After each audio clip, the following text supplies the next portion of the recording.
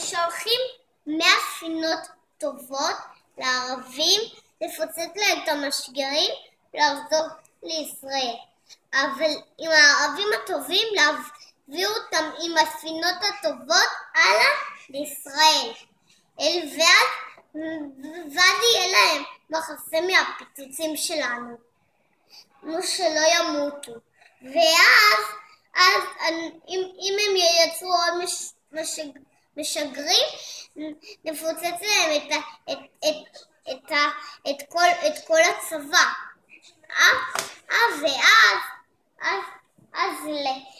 ואז לנצח אותם, אבל אם הארצות הרעות האחרות שגרו עלינו טילים, פשוט נפוצץ אותם.